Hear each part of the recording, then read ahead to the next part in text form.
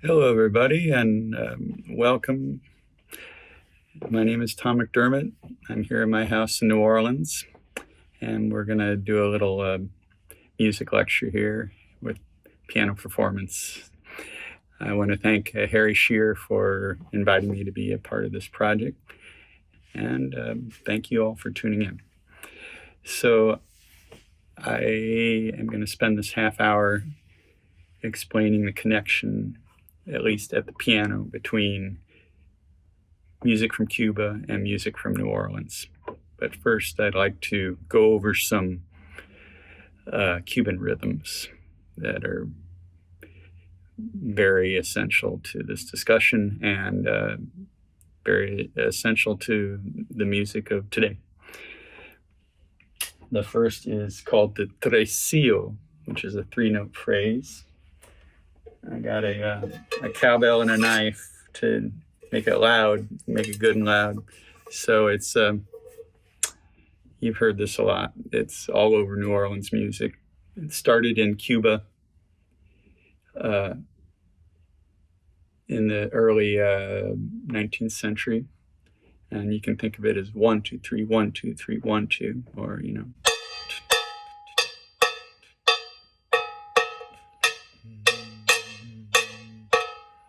So this may have been, as Ned Sublette suggests, a variation on another Cuban rhythm from, I don't know, a dance that starts in around the 1830s called the contradanza.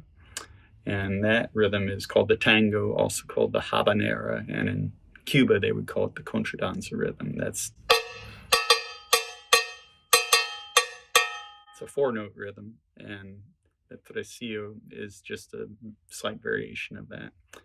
The last rhythm I want to point out is called the cinquillo, and this is a 5-note, cinco, cinquillo, There's 5.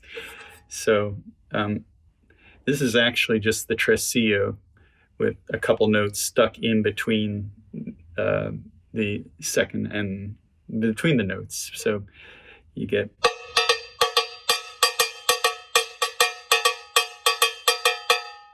So there are those rhythms. Now I'd like to talk about 2 songs and how they kind of shed a light on the interlocking between New Orleans and Cuba. So the first is called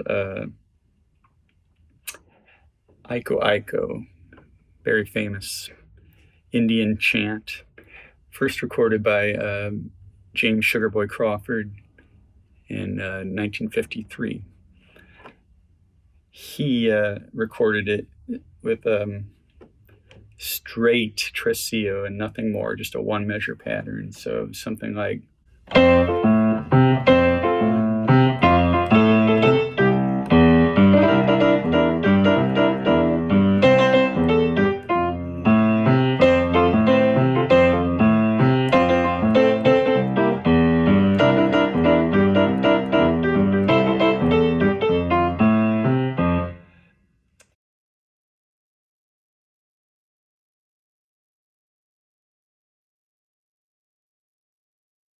This was a rhythm that was very popular. It doesn't necessarily come from Cuba. I mean, some people think it actually started years before Cuban settlement, perhaps in India, and traveled with the gypsies in their grand voyage out of India to Northern Europe or Southern Europe and Northern Africa, maybe ending up in Spain, and perhaps the Spaniards and the North African slaves brought this rhythm. I don't know. It's something to think about. So the second version of this is by the Dixie Cups, and whereas Iko Iko by Sugar Boy was just a local hit, the Dixie Cups version was a national hit. It was a big seller. And this is from May 1965.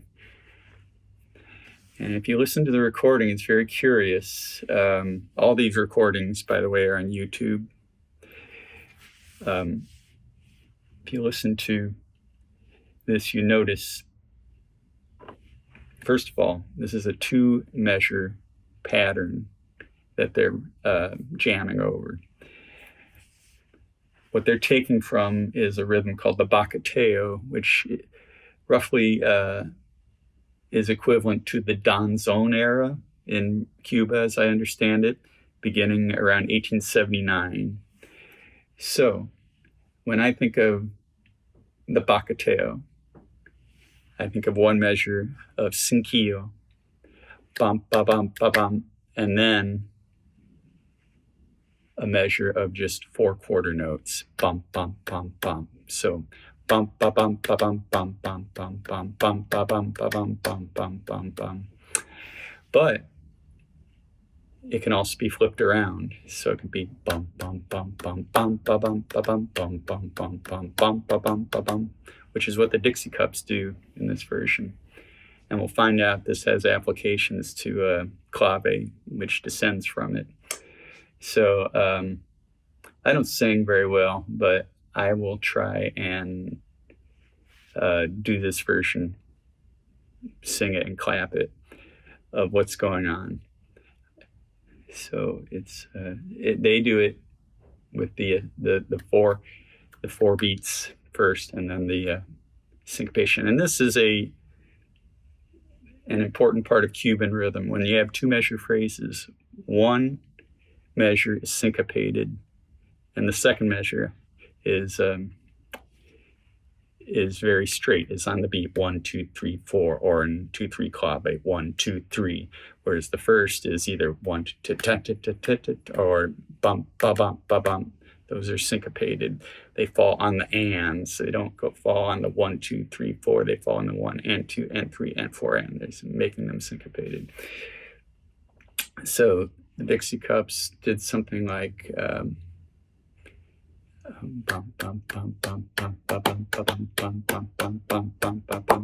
hey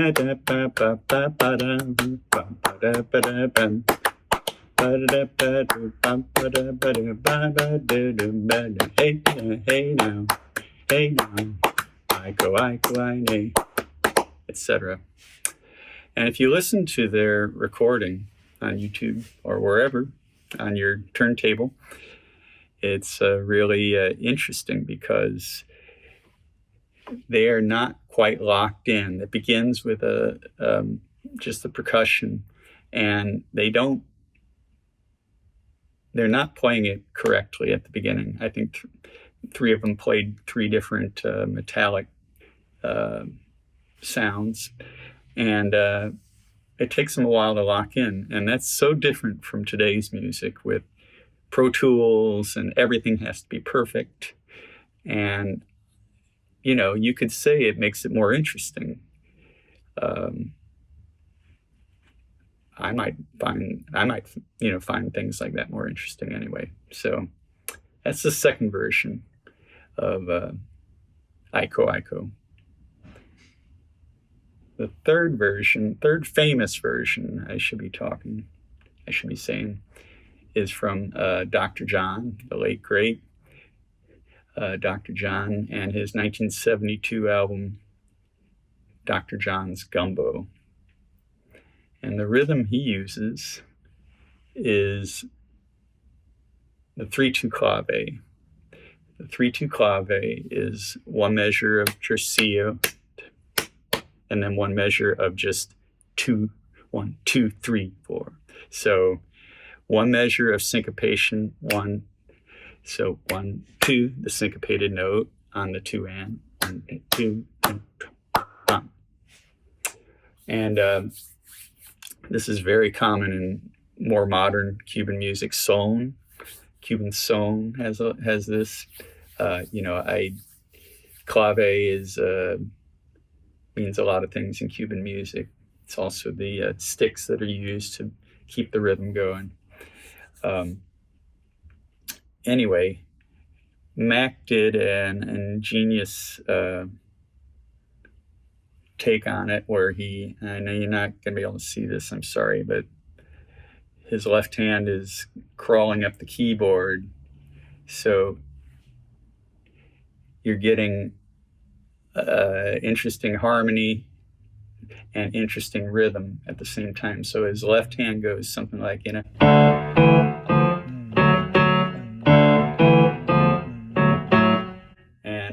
I've never worked out how he plays this piece, but I'll try and fake it. It's something like,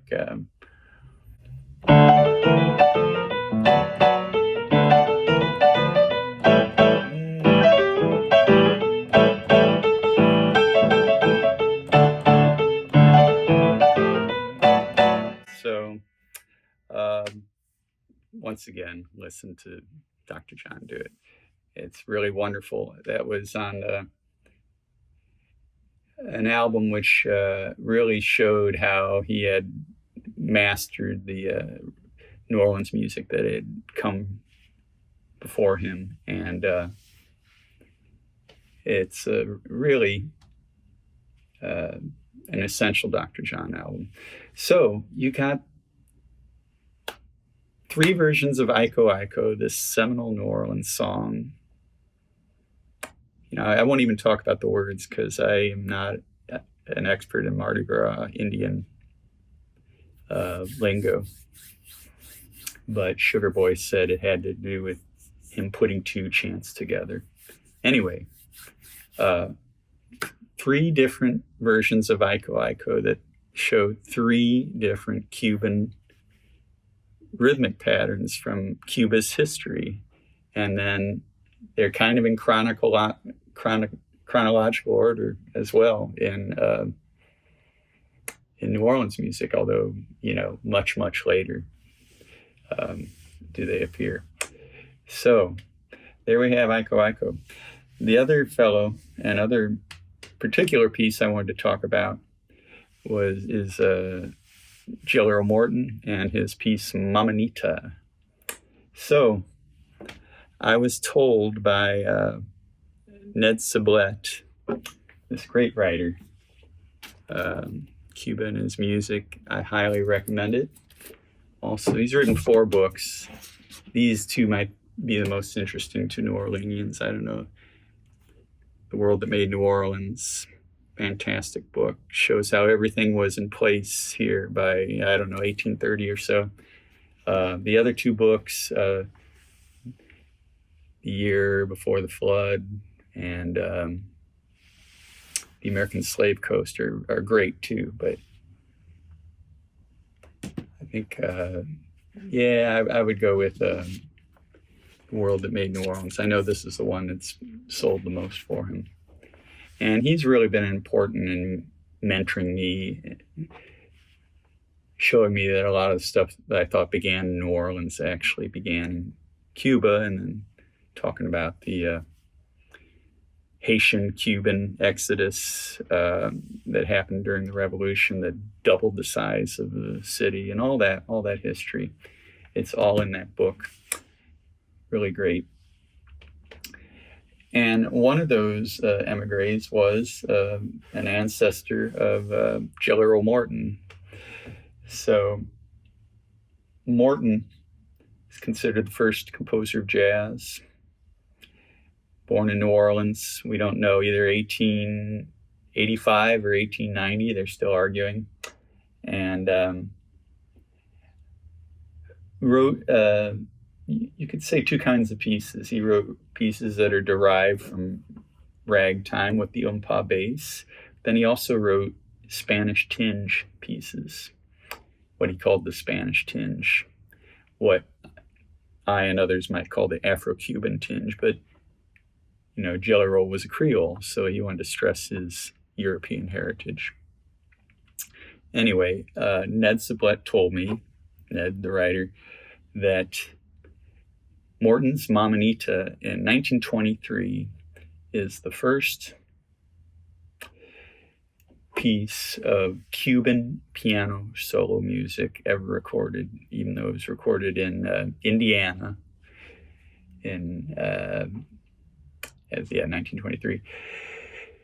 Cuban music begins to get recorded in 1906 at the latest, and maybe a little earlier than that. Ned's books hint at some rolls being recorded in 1898, some Edison cylinders. But we know definitely by 1906. But this was band music, or quartet music. It was not piano solo music. So Jelly Roll Morton, this Creole American, is the first guy to write a piece using these rhythms. And one of these pieces he recorded in 1923, Anita, has two different Cuban rhythms in it. So I'm going to talk about this piece.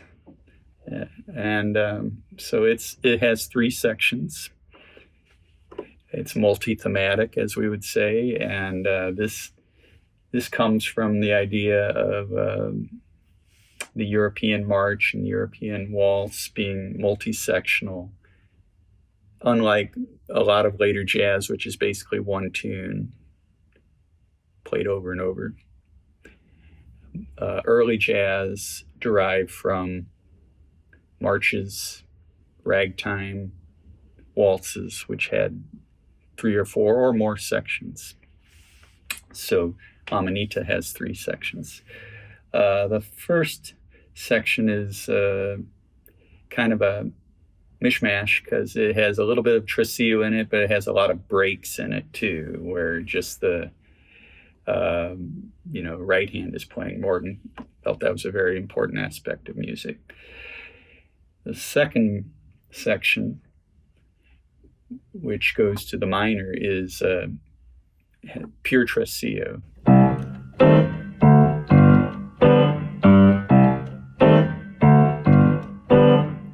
Then it goes back to the A, as this form was wont to do, and ends up with a C section that has a version of the baccateo in it, slightly altered, so not 4 notes and then the cinquillo, but 4 notes and then a tresillo. So it's like I'll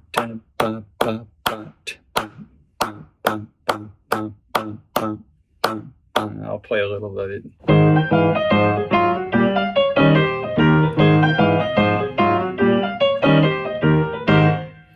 So there you go. There's 2 Cuban rhythms in one piece. I was delighted when Ned told me this, and I was delighted when I actually sat down and realized, oh my God, that's a 19. That's not just the tresillo. There's also the baccateo in there. So anyway, let me play the piece, and I'm sitting low here for the camera. But here we go. Jelly Roll Morton, Anita, 1923.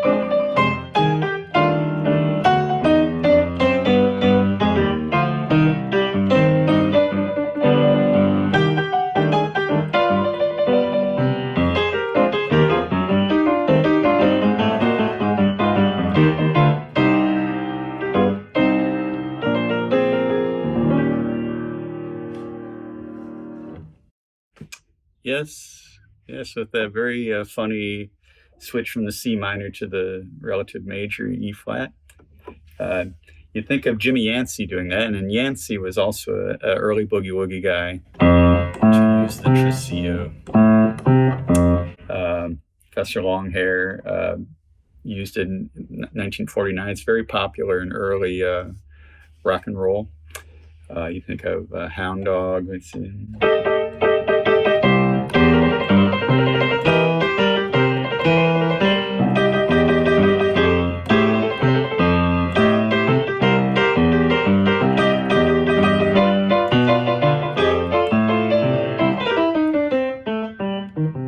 So, yeah, Ned Sublette calls Cuban music the secret agent in American music, because we would never think of that really as derived from Cuba, and yet it is, that type of rhythm on Hound Dog.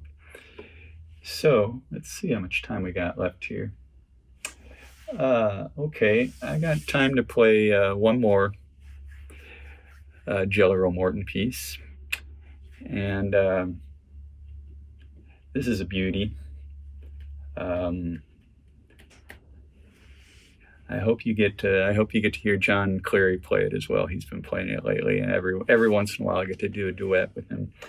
This is probably the best of the Morton Latin tinge pieces. This is called The Crave. Here we go.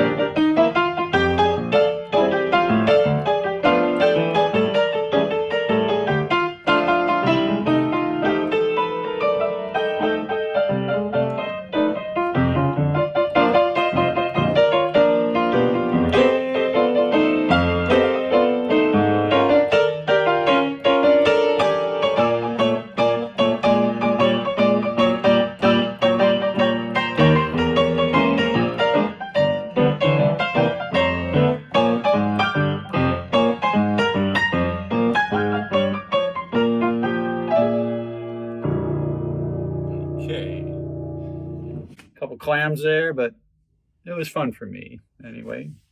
What we got left? Yeah, just a minute left. Just want to show you one other weird little thing. I was trying to play I'm Walking, and when I sat down to play it, I couldn't do it, and I realized, okay, I finally figured out what the rhythm.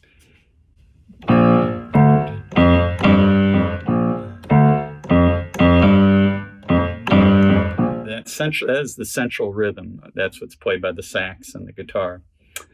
Even though there's straight, 4-beat going on as well. And I realized, that's a syncopated measure and a non-syncopated measure, just like in Cuban music. So the first measure is 1, 2, 3, and then the second measure is a little tresillo with the middle note given an accent, given a grace note.